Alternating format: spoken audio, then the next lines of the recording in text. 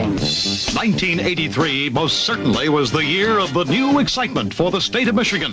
Of the 12 United States Football League teams, the Panthers flew highest of all. And for Panther fans everywhere, the excitement is back again.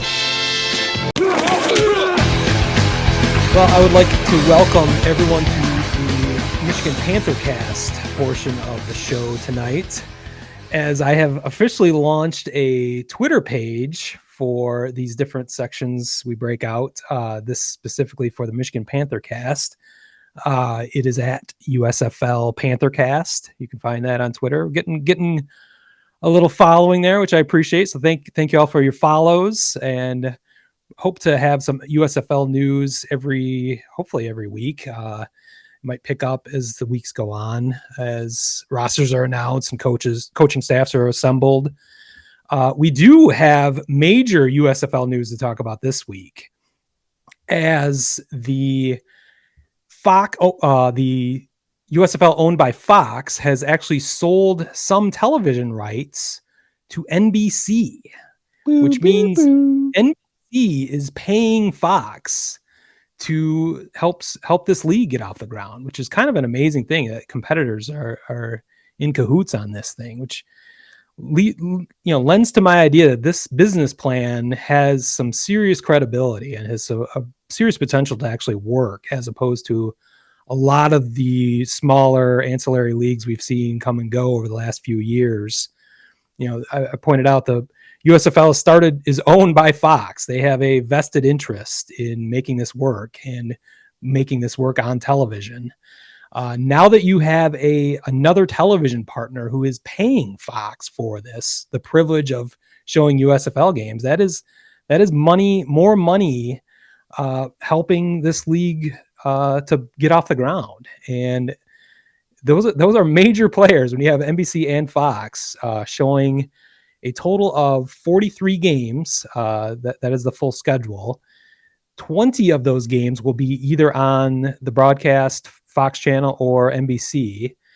There will be 19 games split between Fox Sports 1 and the USA Network. And that might sound strange off the top. USA is typically not a sports network, but that is what NBC Sports, as we've known it for the last 5 to 10 years, they are actually getting rid of that in completely and moving all their sports coverage over to USA, including NASCAR and all their other sports coverage. So it sounded strange at first, like, why are they showing the USFL on USA? But that's literally the cable wing of NBC Sports. There will be 4 games on Peacock, streamed on Peacock, which you experienced a little bit with your Notre Dame Fighting Irish. I think it was one game out of your season this year. Yeah. So I think a lot of people have Peacock and might not even know it. If you're a Comcast subscriber, you have Peacock. That's part of your subscription. If you have an Apple TV, or you can stream it on your phone or iPads or whatever. I was a little bit worried when I heard that there was going to be a lot of games on Peacock. I was concerned it was going to be too many, and that would be a detriment. But it's only 4, so 10% of all the games. But the vast majority are going to be on over-the-air broadcast and cable TV. Very easy for everyone to get, major channels. So I thought that was an extremely positive sign by the USFL, and just another reason to think this. At least the idea of this is going to work, and there's a lot of money behind it. We've seen other smaller leagues come and go. Like the one I think of is the AAF, I believe it was called. They were here a couple years ago, but they were literally paying to be broadcast on TV. They actually were kind of like an infomercial almost. They had to pay to get on TV, and they were famous for not being able to pay their players after like the second week of games. They couldn't make payroll. So that's a radically different model that has nothing to do with how the USFL is approaching things. And another reason why I think it has potential to succeed. So yeah, I'm going to try to make you a USFL fan by the end of this. I don't know if you're going to be a Michigan Panthers fan necessarily over there, but are they the closest team to Chicago? Maybe they are.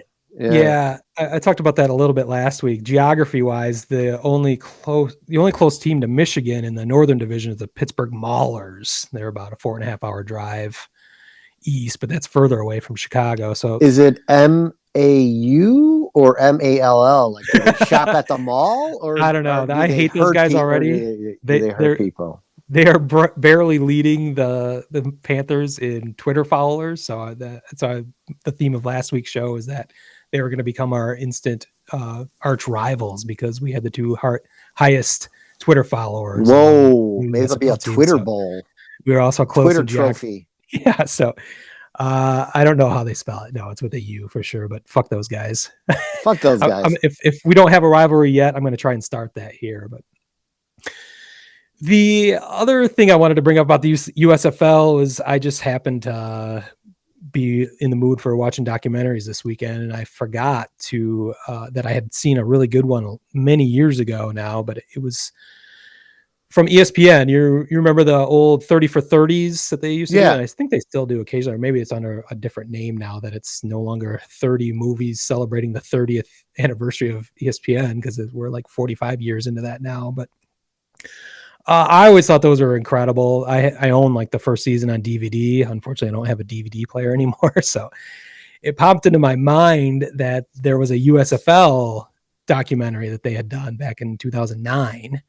And so I looked that one up and got that on Amazon Prime. It's called Small Potatoes. Who Killed the USFL? And that's kind of obviously a negative connotation that the documentarian went into it with. But it was a really good documentary about how the USFL formed and what an innovative league it was and how it had potential to succeed. And then it was summarily destroyed by blind ambition, cockeyed optimism, and pretty much greed and impatience. And specifically, they, of course, blame then New Jersey Generals owner Donald Trump, who you may or may not have heard of. He's the guy. He was in Home Alone 2, right? In the hotel. When you say that name, that is a charged discussion immediately. But you need to remember this documentary was debuted in 2009, so it's probably made in 2007 or 2008, which would be close to a decade before he became our president. So this was not that guy.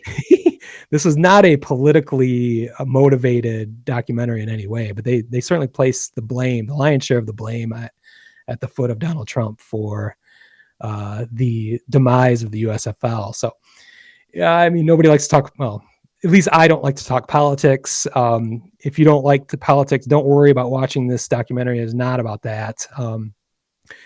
You do see trademark characteristics of our former president. He is interviewed extensively in this directly by the documentarian, and that is actually where the title of this documentary came from, is what Donald was describing the USFL playing in the spring is small potatoes. And the only way to be big potatoes, I guess, was, in his mind at least, is to move to the fall and take on the NFL directly, which is exactly why they failed. The USFL had gained a lot of traction in their first 2 years, mainly through star power. They had the 3 Heisman Trophy winners drafted in a row and signed to large contracts. They had Herschel Walker, for instance. They had Reggie White, Steve Young, Doug Flutie. So they had household names in that league to start off with, and that's part of their success. They were also, an innovative league. Before the NFL had instant replay review and even 2-point conversions, that's what the USFL was experimenting with in their league. They could do things like that. They even had the red challenge flag that the USFL or the NFL ripped off. So it's just interesting. I didn't even realize those. I forgot about those, at least those little factoids that the USFL was innovative in that. But it was just a colorful league and it was fun. But the real reason it really took off is because of that star power. And they spent a lot of money. Herschel Walker, I think, had a $4 million a year contract, which was higher than any NFL player at the time. So they were spending major money. I'm not sure that this current USFL is going to be approaching anything like that, or if that's their strategy. And I don't I just don't see how that works that way. I don't see, any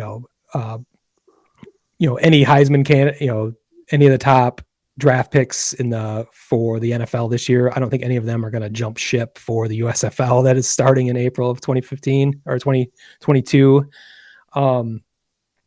So it's just different. But this comes back to the business model that I think is solid, at least for sustained growth, where it won't be maybe the meteoric rise and fall that the original USFL had.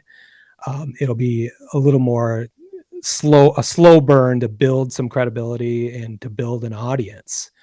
They've got me. I am a late 40s. I'm late 40s man. I was a huge fan as a kid of the Michigan Panthers. They have been on my mind periodically throughout time, mainly because the Lions have been so piss poor for most of my life. And you think back to the one professional football franchise that was successful right off the bat.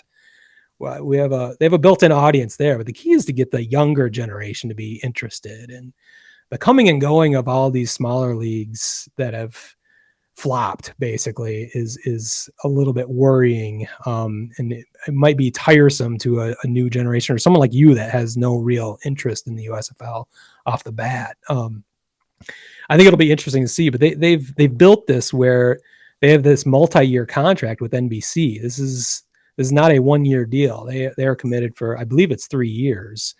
And the Sports Business Journal said it was a significant amount of money. That's how they qualified it as. So I think that idea is consistent with building this league over time, where they don't come and go so quickly. They're not going to make splashy deals necessarily right away and try to gain an audience with big name players right out of college. We'll see how that plays out, but I think with a long-term runway to get this off the ground, I think they have a huge opportunity for success, and I can't wait. If you can't tell, like I said, I started a fucking Twitter page for this, and there's got quite a few followers already in less than a week. So basically started that on Saturday or this weekend at some point, and we're up to like close to 80 followers on that, which is not bad. There's a built-in audience. They just need to find a way to grow that audience, I think. So we'll see. But that is it for this week's installment of the Michigan Panther Cast. Well, I'm gonna prolong it a little more. Oh, okay. Thank you. So when do we start to hear about rosters? I don't know. Okay. They're pretty, they don't need to.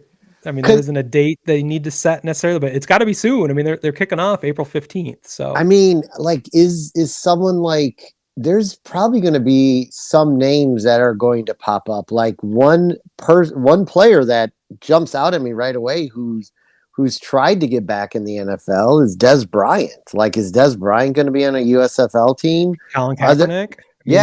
Colin that's interesting. Kaepernick. Can Kelvin Johnson go and play in the USFL if he wants? I don't think he wants to play football anymore, but he could, I guess. I mean, yeah, that would be interesting. Getting some older players, maybe they could be a mix of those that have been shunned from the National Football League and players that have unsigned players. I'm not sure how that's going to play out.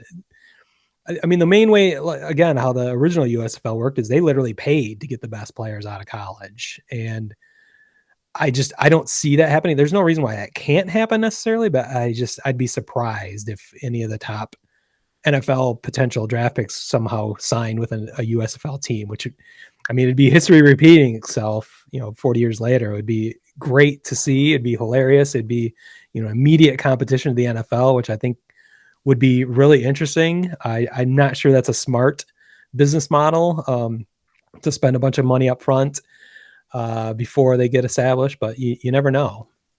Yeah, I mean, I feel like they're gonna have to. I think it's a few. Like, you name 4, and I'm not saying they have to, spend necessarily means a big spending or anything like that. Like overspending maybe is a better way to put it, but like they're gonna get.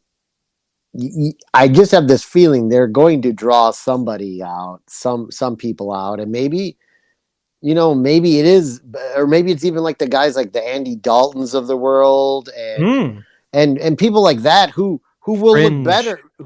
Fringe guys. if you get fringe NFL guys and the league is mixed of like 20% fringe NFL guys and then maybe like 80% everything else, those fringe NFL guys are going to be stars in that league, theoretically.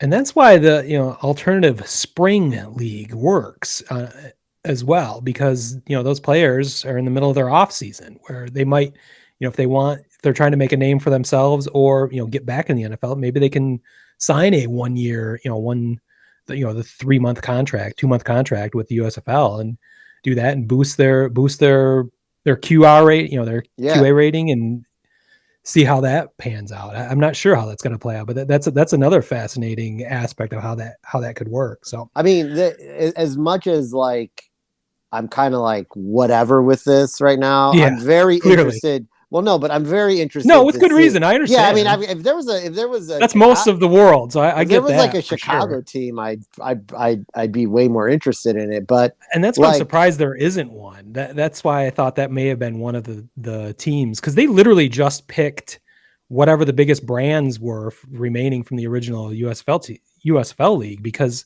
they're all playing in Birmingham, Alabama. There are no local owners. There are no local stadiums yet. So they just picked big brands essentially.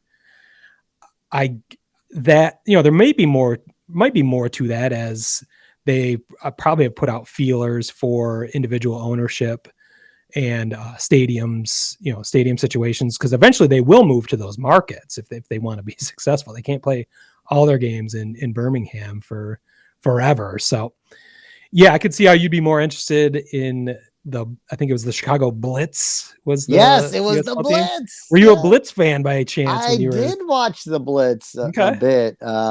Back, I did watch the USFL like a little bit, but like I wasn't.